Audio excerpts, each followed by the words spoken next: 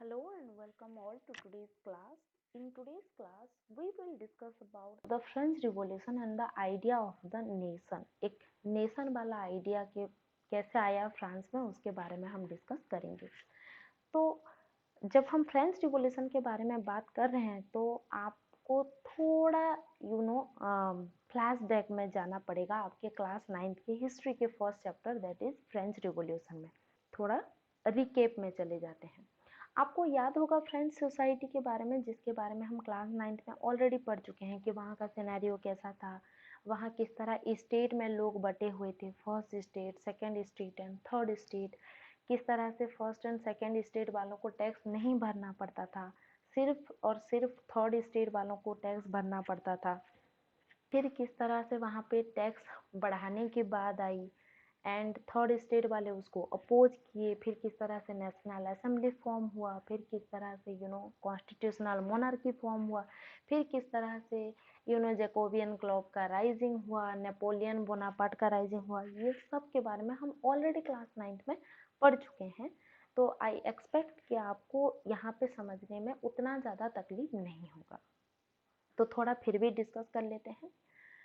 तो ये जो नेशनलिज्म वाला कॉन्सेप्ट है, ये जो नेशनलिज्म वाला इमोशन है, ये फ्रेंच रिवॉल्यूशन के ड्यूरिंग ही धीरे धीरे एग्जिस्टेंस में आने लगा ड्यूरिंग 1798। तो उस टाइम में जो पॉलिटिकल एंड जो कॉन्स्टिट्यूशनल चेंजेस आए वो बहुत ज़्यादा इम्पोर्टेंट भी थे और बहुत ह्यूज चेंजेस लाए कंपेयर टू उसके प्रीवियस जो मोनार्किकल सिस्टम था उससे। किस तरह से थोड़ा डिस्कस करेंगे, थोड़ा देखेंगे। द आइडिया ऑफ ला पैट्री यानी कि फादरलैंड, जैसे हम बोलते हैं ना हम इंडिपेंडेंस डे या रिपब्लिक डे सेलिब्रेट करते हैं तो बहुत सारे भारत माता एंड मदरलैंड, जन्मभूमि, इस तरह के वर्ड यूज करते हैं। तो ठीक उसी तरह जो ला पैट्री यानी कि फादरलैंड एंड ली सिटोयन यानी कि द सिटीजन, ये जो दो वर्ड था, ये लोगों में एक एक क्या बोलते हैं, एक यूनाइटेड, एक कॉमननेस का आइडिया शेयर करने में, एक कॉमननेस का आइडिया जनरेट करने में बहुत ज़्यादा हेल्प किया। जैसे अभी अभी डिस्कस किया, हमारे प्रियम्बल में लिखा है we the people of India, यानी कि एक यूनिटी, हम सब, वी ऑल द सिटीजन। और क्योंकि हम सब इसके सिटीजन हैं, जो जो भी हमारा कॉन्स्टिट्यूशन हमें प्रॉमिस करता है, जैसे whether it's about sovereignty, whether it's about socialism, democratic, republic, ये सारे वर्ड हम सबके लिए इक्वल है, हम सबके ऊपर एप्लीकेबल होता है। ठीक उसी तरह ये जो ला पैट्री और ये जो ली सिटोयन, ये जो टू आइडिया था, ये नेशन को यूनाइटेड करने में और साथ ही साथ हर एक को इक्वल राइट प्रोवाइड करने का जो आइडिया था वो धीरे धीरे लाने लगा। साथ ही साथ a new French flag, the tricolor flag, obviously, was chosen to replace the former royal standard.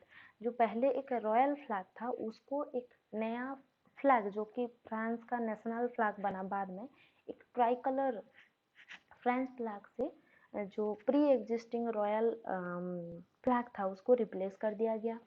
Then the State General was elected by the body of active citizen and renamed the National Assembly. इन सब के बारे में class 9th में हम already detail में discuss कर चुके हैं। ठीक है, तो फिर भी मैं आपको एक बार एडवाइस ज़रूर करूँगी कि आप क्लास 9th के फ्रेंच रिवॉल्यूशन को और एक बार प्लीज़ पढ़ लीजिए, सो दैट आपको ये समझना थोड़ा आसान हो जाएगा। तो हम तो पहले से भी जानते हैं कि किस तरह से धीरे धीरे वहाँ से मोनार्किकल सिस्टम को हटाया गया। Then through a voting system वहाँ पे एक इलेक्टेड बॉडी को लाया गया जो उनको गवर्न करे, और बाद में धीरे धीरे उसको नेशनल असेंबली बनाया गया। And by the active citizen, active citizen क्या है वो आपको अच्छे से याद होगा आई एक्सपेक्ट कि कोई भी मेंबर जो 25 साल से ज़्यादा हो और जो वो भी इक्वालिटी नहीं था, यूनिवर्सल एडल्ट फ्रेंचाइज तो बिल्कुल नहीं था। एक्टिव एंड पैसिव सिटीजन हुआ करते थे। एक्टिव सिटीजन कौन कौन थे? जो 25 साल उनका मिनिमम एज होना चाहिए, मेल होना चाहिए, फीमेल को तब भी वोटिंग राइट नहीं था। साथ ही साथ एक ऐसा पर्सन जो रिच हो, कितना रिच ना, एक पर्सन जो एक डेली वेज लेबर का 3 दिन की अर्निंग के बराबर वो अगर टैक्स भरता हो तब जाके वो एक्टिव सिटीजन कहलाता था। ठीक है, आप थोड़ा क्लास 9th के फ्रेंच रिवॉल्यूशन को पढ़ लीजिए, आपको ये सारा समझने में आसानी होगा। ठीक है, तो जो एक्टिव सिटीजन थे वो by the process of election वो धीरे धीरे अपना रिप्रेजेंटेटिव चुनने लगे, फिर नेशनल असेंबली एग्जिस्टेंस में आया। और क्या क्या चेंजेस हुए ना, न्यू हाइम्स वेयर कंपोज्ड, नए नए गाने, सम लिरिकल कंपोजिशन जो कि पैट्रियोटिक फीलिंग्स के साथ हो, तो new hymns were composed, oaths were taken in the name of nation. ठीक है, नेशन के नाम पे ओथ टेकिंग होने लगे, ये सारे चेंजेस वहाँ पे आने लगे। साथ ही साथ a centralized administrative system was put in place and it formulated uniform law for all citizens within the territory। एक सेंट्रलाइज एडमिनिस्ट्रेटिव सिस्टम लाया गया, यानी कि सेंट्रलाइज मीन्स जो भी एक चीज डिसाइड होगा वो हर किसी पे इक्वली एप्लीकेबल होगा। जैसे अगर हम यूनियन गवर्नमेंट की बात करें तो यूनियन गवर्नमेंट जब कोई डिसीजन लेता है तो वो ईच स्टेट, देन चाहे वो रूरल लेवल हो, यूनियन टेरिटोरी हो, हर किसी पे इक्वली एप्लीकेबल होता है। ठीक उसी तरह एक सेंट्रलाइज एडमिनिस्ट्रेटिव सिस्टम डेवलप किया गया, यानी कि जिसके सामने एवरी सिटीजन, हर कोई इक्वली रूल होगा, जो भी लॉ फॉर्म किए जाएंगे उसके तहत। Then internal customs duty and dues were abolished and uniform system of weight and measurement were adopted। जो custom duties and other kind of dues थे उन सबको हटा दिया गया और एक uniform system of weighing and measurement system को अडॉप्ट किया गया। Regional dialects were discouraged. ठीक है, रीजनल डायलेक्ट्स मीन्स जो बोली होती है हमारी, जो लैंग्वेजेस होते हैं। जैसे अगर हम इंडिया में देखें तो we have several regional dialects, जैसे Marathi, Konkani, Asami, Oriya and many more. तो ये जो लोकल, जो रीजनल, जिसको हम आंचलिक बोलते हैं, ठीक है, तो ये जो रीजनल डायलेक्ट थे उन सबको डिस्करेज यानी कि हटाने की कोशिश किए गए, ताकि लोगों में एक यूनाइटेड फीलिंग्स आए। ठीक है, जैसे हम बोलते हैं ना कि आप अगर जाएंगे कहीं भी इंडिया में, देयर आर सेवरल लैंग्वेज। आप जाएंगे कहीं पे बाहर घूम रहे हैं या दूसरे किसी स्टेट में हैं या फॉरेन कंट्रीज में हैं और सडनली आपको पीछे से सुनाई दिया कि someone is talking in Oriya और someone is talking in Hindi, then suddenly we get attach to them. आप मान लो अमेरिका में हो, आप घूम रहे हो एंड सडनली आप सुने कि someone is talking in Hindi and we suddenly turn to them and हम पूछते हैं you are from India. And हम नहीं पहचानते हैं उनको, हम नहीं जानते हैं ज़्यादा उनके बारे में, लेकिन स्टिल जो लैंग्वेज है दैट कम्युनिकेटर्स, दैट दैट क्या बोलते हैं, दैट अट्रैक्ट ईच अदर, एक बिलोंगिंगनेस का फीलिंग्स आता है। या फिर मान लो आप दूसरे किसी स्टेट में हो, Rajasthan, Haryana, somewhere, and you suddenly heard someone is talking in Odia. You suddenly turn to them, you are from Odisha, me too, and हम नहीं जानते हैं ज़्यादा कुछ, लेकिन एक लगाव होता है। या फिर अगर हम उससे बात नहीं भी करते हैं तो वी ब्लश, हमें हमारे फेस पे एक मुस्कान आ जाती है कि अच्छा हम उसको पहचानते हैं। ठीक है, इसके बारे में तो क्लास 7th में आप डिटेल में बहुत कुछ पढ़े हो कि हम किस किस थ्रेड से लोगों को आइडेंटिफाई करते हैं, नॉट ओनली फ्रॉम लैंग्वेज, हम कॉस्ट्यूम से, जैसे कोई कहीं पे भी संबलपुरी का साड़ी पहना हो, हम फट से देख के पहचान जाते हैं, अरे वो संबलपुरी साड़ी है, अरे वो बनारसी साड़ी है, अरे वो कांजीवरम साड़ी है, क्योंकि वो एक लोकेलिटी को रिप्रेजेंट करती है। या फिर फूड हैबिट्स, जैसे अगर हम बोलते हैं कि ढोकला फाफड़ा, तो हम फट से आइडेंटिफाई करते हैं अच्छा ये तो गुजराती फूड्स हैं। या फिर हम फट से बोलते हैं जैसे पोखाड़ा, दैट इज आवर आइडेंटिटी, हम फट से उसको आइडेंटिफाई करते हैं अच्छा ओडिशा रीजन से है। या फिर देयर आर सेवरल थिंग, जैसे हमारे फूड ट्रेड, तो उतने डिटेल में नहीं जाएंगे। तो यहाँ पे कहने का मतलब है जो रीजनल डायलेक्ट था उन सबको डिस्करेज किया गया, और फ्रेंच जो कि पेरिस में भी उसको लिखा एंड बोला जाता था, तो उसको धीरे धीरे सबका कॉमन लैंग्वेज बनाने की कोशिश किया गया कि जितने भी और फ्रेंच या फ्रांस के टेरिटोरी के अंदर आते हैं वो सारे लोग एक ही तरह के बोली बोलें, जिससे उनको एक कॉमन बिलोंगिंगनेस का फीलिंग्स उनके अंदर आए। तो अदर जो रीजनल डायलेक्ट थे उसको डिस्करेज करके फ्रांस को धीरे धीरे नेशनल लैंग्वेज बनाने की कोशिश की गई। The revolutionaries further declared that it was the mission and destiny of the French nation to liberate the people of Europe from despotism। और जो रिवोल्यूशनरी यानी कि जो चेंजेस लाने में बिलीव करते हैं उनको रिवोल्यूशनरी कहा जाता है। तो जो रिवोल्यूशनरी थे, जो ये सारे चेंजेस लाने के प्रोसेस में उनका कंट्रीब्यूशन रहा, उन लोगों ने कहा कि ये उनका मिशन है और ऐसा ही होगा कि जो फ्रेंच के पीपल हैं वो डेस्पोटिज्म से धीरे धीरे लिबरेट हो जाएंगे। लिबरेट यानी फ्री हो जाएंगे, ठीक है। Student and other members of educated middle class began setting of Jacobin club. और मिडिल क्लास के बारे में आप क्लास 9th में इन डिटेल में पढ़ चुके हैं। एक तो थे आपके जो पादरी वगैरह होते थे, जो फर्स्ट स्टेट पीपल थे। देन आते थे आपके नोबेलिटी ग्रुप एंड देन आते थे थर्ड स्टेट पीपल, जिसमें जनरली मिडिल क्लास धीरे धीरे उभरने लगे। मिडिल क्लास कौन थे? जो अलग अलग प्रोफेशन चूज किए थे, जो एजुकेटेड थे, जैसे कि डॉक्टर्स हो गए, लॉयर्स हो गए, टीचर्स हो गए, बिजनेसमैन हो गए, ये सारे मिडिल क्लास पीपल धीरे धीरे उभरने लगे। और क्लास 9 में हम ऑलरेडी डिस्कस कर चुके हैं कि जो मिडिल क्लास पीपल थे उनका क्या अहम रोल रहा है फ्रेंच रिवॉल्यूशन को सक्सेसफुल बनाने में। तो जो मिडिल क्लास पीपल थे, जो स्टूडेंट थे, जो एजुकेटेड पीपल थे, साथ ही साथ थोड़ा बहुत उनके पास रिसोर्स भी था, थोड़े थोड़े रीच भी थे। मेनली वो लोगों ने धीरे धीरे क्या किया, जैकोबिन क्लब को सेट किया। और जैकोबिन क्लब के बारे में आप इन डिटेल में और बहुत ज़्यादा ब्रॉडली क्लास 9th में ऑलरेडी पढ़ चुके हैं। आई थिंक उसके बारे में मुझे डिस्कस करने की ज़रूरत नहीं पड़ेगी। तो ये जो जैकोबिन क्लब सेट हुआ, their activities and campaigns prepared the way for the French armies which moved into Holland, Belgium, Switzerland and much of Italy in 1790s। और ये जो जैकोबिन क्लब सेट हुआ, उनका जो आइडियोलॉजी रहा वो धीरे धीरे सिर्फ फ्रांस में लिमिटेड ना रह के अदर नेबरिंग जो एरियाज थे वहाँ भी स्प्रेड होने लगे। और क्लास 9 में हम ऑलरेडी पढ़ चुके हैं कि किस तरह से जो फ्रेंच रिवॉल्यूशन रहा वो पूरे वर्ल्ड में दूसरे नेशंस के लिए एग्जाम्पल के तौर पे भी उभरा था।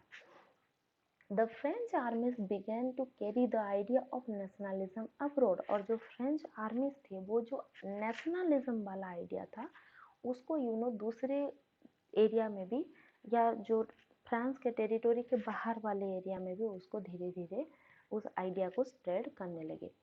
Through a return of monarchy, Napoleon had no doubt destroyed democracy in France, but in the administrative field, he had incorporated revolutionary principle in order to make the whole system more rational and efficient। फिर Jacobin club के बाद फिर से Napoleon Bonaparte आता है power में। आपको class 9 का फ्रेंच रिवॉल्यूशन याद होगा।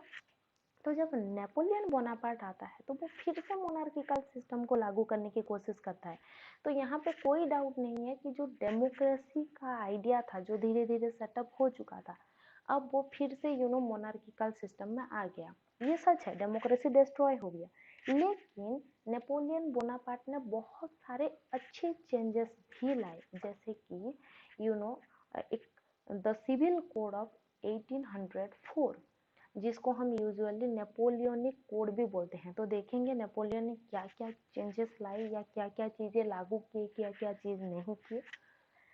He did away with the privilege based on birth। जो बाय बर्थ प्रिविलेज मिलता था उसके अगेंस्ट था Napoleon Bonaparte. Second, he established equality before the law. और कोई भी इंसान हो वो लॉ के सामने सेम रहेगा, इस चीज का नेपोलियन बोनापार्ट भी सपोर्ट करता था। साथ ही साथ ही secure the right to property, यानी कि आपके जो एंसिस्टर हैं उनका जितना भी प्रॉपर्टी है वो आपसे छीन नहीं लिया जाएगा, ठीक है, वो आप ही का बना रहेगा। तो वो राइट टू प्रॉपर्टी को भी सपोर्ट करता था। This code was exported to the regions under French control, और धीरे धीरे नेपोलियन बोनापार्ट सिर्फ फ्रांस को ही रूल ना करके वो दूसरे टेरिटोरी को भी कैप्चर करना स्टार्ट कर दिया, और जो भी टेरिटोरी को कैप्चर करता जाता था वो फ्रांस के साथ उसको मर्ज करता जाता। तो जितने भी टेरिटोरी, जितने भी रीजन फ्रांस के कंट्रोल में आने लगे, हर जगह ये जो सिविल कोड था, ये जो नेपोलियनिक कोड था, वो लागू हो रहा था।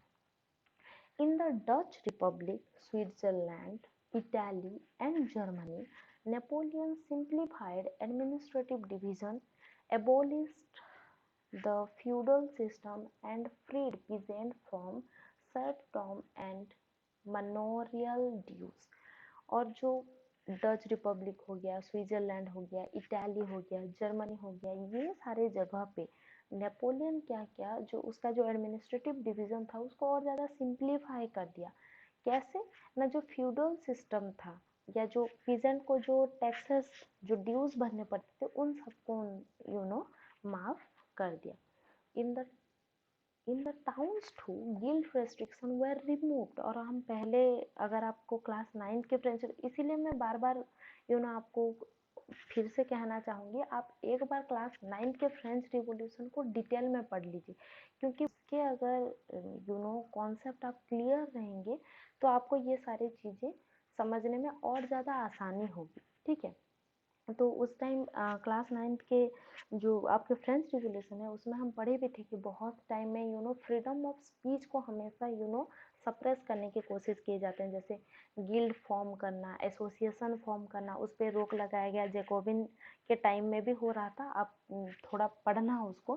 ठीक है, जो टाउन एरियाज में जो गिल्ड बनाने पे रेस्ट्रिक्शन था in order to suppress the freedom of speech, freedom of expression, unification of people.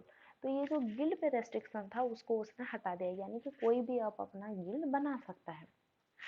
Transport and communication system को बहुत ज़्यादा इम्प्रूव कर दिया गया, यानी उसमें बहुत डेवलपमेंट हुए, जो कि पॉजिटिव थिंग है, under the leadership of Napoleon Bonaparte.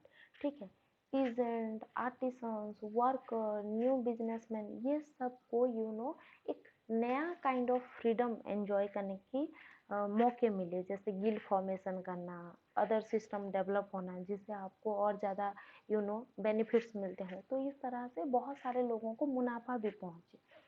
Businessmen and small-scale producers of goods in particular began to realize that uniform law, standardized weight and measures, and a common national currency would facilitate the movement and exchange of goods and capital from one region to another. और जो businessman या small scale producer थे उनको ये positive लगने लगा कि जो एक कॉमन लॉ है, हर किसी के लिए सेम है, एक standardise weight and measurement system है, वो बहुत ज़्यादा ज़रूरी है। स्टैंडर्डाइज वेट एंड मेजरमेंट का मतलब है, जैसे हम क्लास 8 की हिस्ट्री में ऑलरेडी पढ़ चुके हैं, आपको याद है कि नहीं है वो मैं नहीं बता सकती।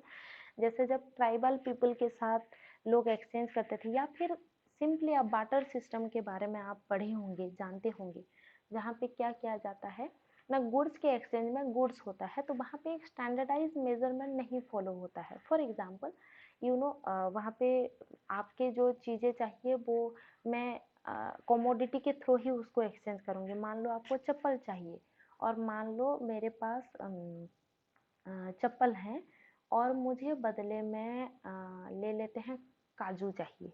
ठीक है, जिसको हम कैसियो बोलते हैं, वो चाहिए, और आपके पास वो है। तो क्या दोनों के जो मनीटरी वैल्यू है, अभी तो हम मनी में उसको मेजरमेंट करते हैं, जो इकोनॉमिक वैल्यू है क्या वो सेम है? या फिर मान लो मुझे चप्पल चाहिए, और आपके पास चप्पल है, मेरे पास गोल्ड है, तो गोल्ड का कीमत और चप्पल का कीमत सेम है क्या? नहीं है, लेकिन क्योंकि मुझे वो चाहिए हमें एक्सचेंज करना पड़ेगा। तो ये तो बहुत ज़्यादा हो गया। तो आप किसी भी एंगल से देखिए, जैसे मान लो किसी के पास कद्दू है जिसको हम पंपकिन बोलते हैं, और उसको एक्सचेंज करना है किसके साथ ना, अगर उसको चावल या किसी दूसरी चीज़ के लिए चेंज एक्सचेंज करना है तो वो कद्दू का जो वैल्यू है और चावल का, जैसे हम चावल पर किलो 45 रुपीज़ 50 रुपीज़ में खरीदते हैं, लेकिन कद्दू का किलो उतना नहीं है। या फिर मान लो किसी के पास टमाटर है, अभी हमारे पास एक स्टैंडर्ड मेजरमेंट है तो हम उसकी वैल्यू एस्टिमेट कर पाते हैं। जैसे टमाटर का किलो मान लो 60 रुपीज़ है, चावल का किलो 45 रुपीज़ है, तो 1 किलो चावल is not equal to 1 kilo टमाटर, क्योंकि जो टमाटर का वैल्यू है that is more valuable than 1 kilo of rice. तो यहाँ पे कहने का मतलब है कि standardise weight and measurement system लाया गया, जहाँ पे उसका एक कीमत स्टैंडर्डाइज हो सके, उसका एक प्राइस अच्छे से फिक्स किया जा सके कि कौन सा प्रोडक्ट कितना वैल्यूएबल है, उसका क्या प्राइस होना चाहिए for the same quantity of good, तो उसको हम स्टैंडर्डाइज बोलते हैं, वो लाया गया। एंड एक कॉमन नेशनल करेंसी और मनी का इम्पोर्टेंस क्या है वो आप मनी क्रेडिट में ऑलरेडी पढ़ चुके हैं। तो मनी के आने से ये जो बार्टर सिस्टम का, जैसे डबल कोइंसिडेंस ऑफ वंस हुआ, या फिर एक अनस्टैंडर्ड मेजरमेंट जहाँ पे हम 1 किलो चावल को 1 किलो टमाटर के साथ एक्सचेंज कर लेते थे, अब क्योंकि मनी है हम उस लॉस को फेस नहीं करते हैं। या कोई भी इंसान जिसको चावल चाहिए वो 45 रुपीज़ पे करके चावल खरीदता है, तो वहीं पे 60 रुपीज़ पे करके टमाटर भी खरीदता है। यानी कि अब टमाटर वाले को चावल के लिए अपना टमाटर एक्सचेंज करके मान लो अगर टमाटर पर किलो 60 रुपीज़ है और वो 45 रुपीज़ है, तो उसको जो 15 रुपये के जो घाटा होते थे अब वो नहीं होता है। That is the importance of money, जो कि एक मीडियम ऑफ एक्सचेंज की तरह हम यूज़ करते हैं। मनी में मैं इन डिटेल में नहीं जाऊँगी क्योंकि वो आप पहले से ऑलरेडी पढ़े हुए हो। अगर नहीं पढ़े हो तो मनी एंड क्रेडिट चैप्टर भी थोड़ा पढ़ना। तो सी माय एडवाइस इज, क्योंकि ये सोशल साइंस है, आप कभी भी ये मत सोचना कि हम हिस्ट्री पढ़ रहे हैं तो हम सिर्फ हिस्ट्री के बारे में डिस्कस करेंगे, या फिर हम ज्योग्राफी पढ़ रहे हैं तो सिर्फ ज्योग्राफी पे फोकस रहेंगे, हम इकोनॉमिक्स पढ़ रहे हैं तो सिर्फ उस पर। This is social science and इसके जो ईच एंड एवरी डिसिप्लिन है, जैसे history, economics, political science, anthropology, ये सारे जो ब्रांचेस हैं, these all are interlinked and interrelated. आप अगर सारे कॉन्सेप्ट को नहीं समझेंगे तो एक पर्टिकुलर कॉन्सेप्ट आपके लिए मोर डिफिकल्ट हो जाएगा, तो आप उसको भी पढ़ना थोड़ा, ठीक है। तो एक कॉमन नेशनल करेंसी होने की वजह से जो exchange of goods and services वो मोर इजियर हो गया, ऐसा लोगों को लगने लगा। लेकिन बोलते हैं ना, हर सिक्के के दो पहलू होता है, every coin has two face, ठीक है, एक कॉइन का दो साइड्स होते हैं। तो ये तो उसके पॉजिटिव एस्पेक्ट हुए, साथ ही साथ बहुत सारे उसके नेगेटिव इम्पैक्ट भी थे, जैसे कि हम थोड़ा डिस्कस करेंगे। जैसे कि धीरे धीरे धीरे धीरे जो वो दूसरे एरिया को कनकॉर करने का, दूसरे एरिया को अपने अंडर लाने का, और ये तो आप क्लास 6 से पढ़ते आ रहे हैं, क्यों जो राजा महाराजा होते थे वो दूसरों को अटैक करते थे, आक्रमण करते थे, दूसरों के रीजन को अपने कंट्रोल में लाते थे in order to showcase their power. और जितना एरिया उनके अंडर में आएगा उतना ज़्यादा रिसोर्स उनके हाथ लगेगा, जितना ज़्यादा रिसोर्स होगा उतना ज़्यादा डेवलपमेंट होगा।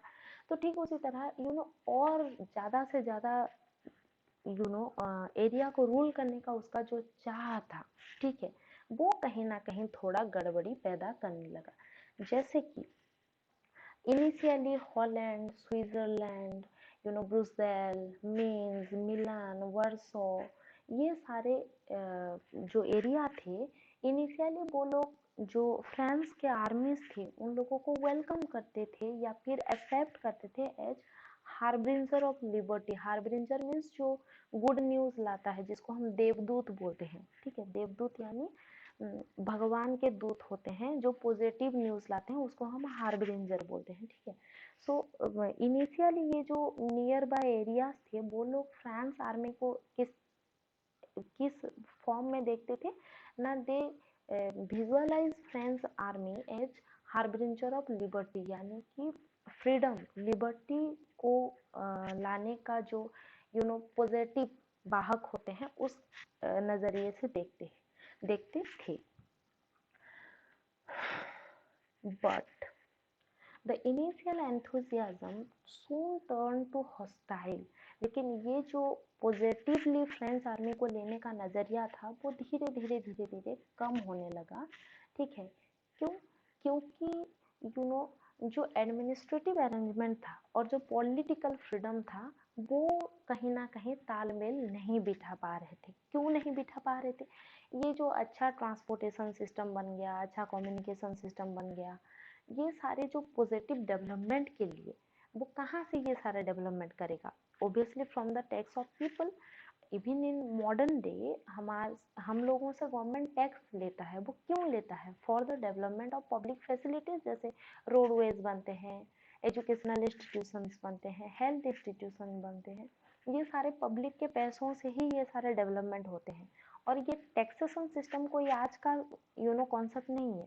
From the very ancient time, जैसे आप मुगल एडमिनिस्ट्रेशन के टाइम में भी अगर इंडियन कॉन्टेक्स्ट में हम डिस्कस करेंगे, या फिर आप क्लास 6-7 से जितने चैप्टर पढ़ते आए हो, हर चीज़ में देखो, हर जो किंग होते थे वो लोगों से टैक्स वसूलते थे और उसी से ही वो डेवलपमेंट करते थे, वॉर फाइट करते थे। पब्लिक फैसिलिटीज, पब्लिक एरियाज जैसे टेम्पल, मस्जिद, ये सारे वहीं से ही बनते थे। तो ये सारे पॉजिटिव चेंजेस करने के लिए उसको सफिशिएंट अमाउंट ऑफ ट्रेजरी भी तो चाहिए, सफिशिएंट अमाउंट ऑफ रिसोर्स भी तो चाहिए, फिनेंशियल सोर्स भी तो चाहिए। वो कहाँ से आएगा? From tax. तो उस सब चीज़ों को फाइनेंस करने के लिए उसने लोगों का टैक्स बढ़ा दिया। अब जब भी हम भी अगर ज़्यादा इनकम टैक्स देते हैं तो हम गवर्नमेंट को यू नो क्रिटिसाइज करते हैं कि गवर्नमेंट ज़्यादा टैक्स वसूल रहा है, हमारी मेहनत की कमाई हमसे ज़्यादा छीन ले जा रहा है। तो ठीक उसी तरह जब टैक्स बढ़ा दिया गया तो लोगों में जो नेपोलियन का पॉपुलैरिटी था वो धीरे धीरे थोड़ा कम होने लगा। साथ ही साथ सेंसरशिप, सेंसरशिप यानी जो पावर में होता है वो चीज़ों को रोक लगाना, जैसे गिल्ड फॉर्मेशन हो या फ्रीडम ऑफ एक्सप्रेशन पे हो, या फिर यानी कितना लोगों के पास पहुंचे और कितना नहीं पहुंचे, उस पे जो ब्लॉकेज क्रिएट करता है उसको हम सेंसरशिप बोलते हैं। तो censorship, increase taxation and then force conscription into French army. और क्योंकि क्यों उसको ज़्यादा से ज़्यादा लोग आर्मी में चाहिए थे? क्योंकि उसका जो चाह था कि वो ज़्यादा से ज़्यादा एरिया को रूल करे। और ज़्यादा से ज़्यादा एरिया आप कैसे रूल करोगे? आपको वॉर लड़ना होगा, वहाँ के लोगों को हराना, वहाँ के रूलर को हराना होगा और उस एरिया को अपने एरिया के साथ मर्ज करना होगा। तो एक वॉर लड़ने के लिए आपको आर्मी भी तो चाहिए। तो वो जबरदस्ती क्या करता था, लोगों को जबरदस्ती आर्मी में भर्ती करा देता था। तो जरूरी नहीं ना हर किसी का जो लाइफ से क्या बोलते हैं, हम लाइफ से क्या चाहते हैं, हमारे एस्पिरेशंस सेम हो, ये जरूरी नहीं है। लोगों को अलग अलग फील्ड में इंटरेस्ट हो सकते हैं, जैसे किसी को आर्टिस्ट बनना हो, किसी को पीजेंट्री या फार्मिंग करना हो, किसी को अपनी फैमिली के साथ रह के कुछ करना हो। लेकिन अगर आप जबरदस्ती बोलोगे कि नहीं आपको आर्मी ही बनना है, फॉर एग्जाम्पल अभी आप लोग स्टूडेंट हो, आप हर किसी के एम एंड एम्बिशंस अलग होंगे। किसी को डॉक्टर बनना होगा, किसी को पुलिस ऑफिसर बनना होगा, किसी को टीचर बनना होगा, किसी को इंजीनियर बनना होगा। लेकिन अगर हम सेट कर देंगे कि नहीं, हर किसी को डॉक्टर ही बनना है, तो जायज है लोगों में गुस्सा उभरेगा। क्योंकि कुछ लोग थे जो आर्मी में जाना नहीं चाहते थे, लेकिन ये क्या करने लगा ना, जबरदस्ती लोगों को आर्मी में भर्ती कराने लगा। तो ये इंक्रीज टैक्सेशन, सेंसरशिप एंड ये जबरदस्ती में आर्मी में भर्ती कराने के चलते जो इनिशियली जो नेबरिंग एरिया थे, जो फ्रेंच आर्मीज को हार्बिंजर ऑफ लिबर्टी की तरह देखते थे, वो नज़रिया धीरे धीरे चेंज होने लगा। और ये नज़रिया बदलने के साथ साथ जो एडवांटेजेस थे, जो नेपोलियन बोनापार्ट के पॉजिटिव कंट्रीब्यूशन थे, उसके कंपेयर में ये सारे जो नेगेटिव या जो लोगों को ज़्यादा पसंद नहीं आने लगा, वो उसको आउटवेज कर जाने लगा। That's all for today's class. हम नेक्स्ट क्लास में आगे डिस्कस करेंगे। Thank you.